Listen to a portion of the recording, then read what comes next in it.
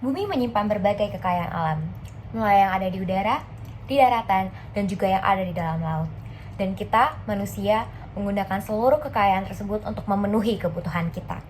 Mulai dari yang paling dasar, seperti makanan dan minuman, lalu kita juga menggunakan pakaian yang berasal dari bulu hewan dan kapas, lalu kita menggunakan kendaraan untuk berpergian dengan menggunakan bahan bakar minyak, lalu bahkan perhiasan-perhiasan kecil yang sebenarnya juga berasal dari alam.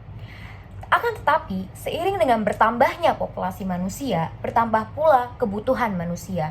Dan oleh karena itu, manusia mulai menjadi semakin mengeruk kekayaan yang ada di bumi. Kita mendirikan pabrik-pabrik serta mengambil semakin banyak sumber daya alam yang dilakukan untuk memenuhi kebutuhan dasar kita.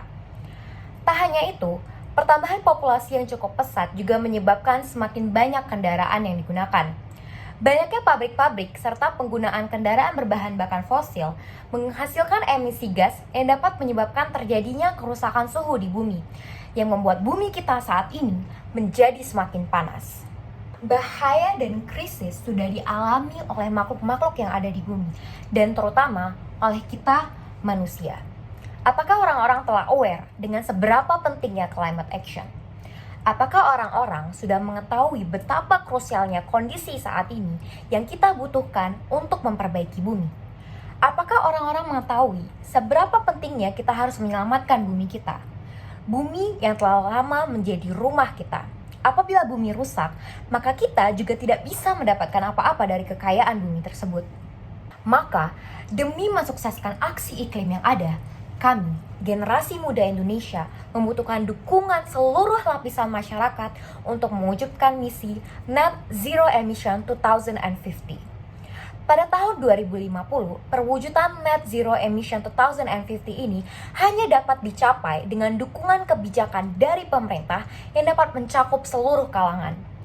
Kami berharap pemangku kebijakan dapat mendukung aksi iklim guna mensukseskan misi Net Zero Emission 2050 yang dapat dicapai oleh Indonesia seutuhnya.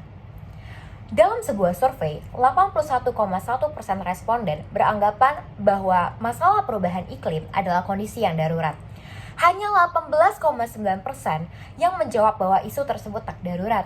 Artinya, hampir 60% yang dalam responden tersebut telah menyadari seberapa urgennya untuk menyelamatkan bumi. Apakah menurut kalian angka tersebut tidak banyak? Butuh berapa besar lagi kesadaran dari masyarakat bumi untuk mendorong aksi iklim? Masyarakat harus terus berkontribusi untuk meminimalisir terjadinya perubahan iklim, mulai dari hal-hal sederhana yang bahkan sudah diajarkan kepada kita sejak kita SD.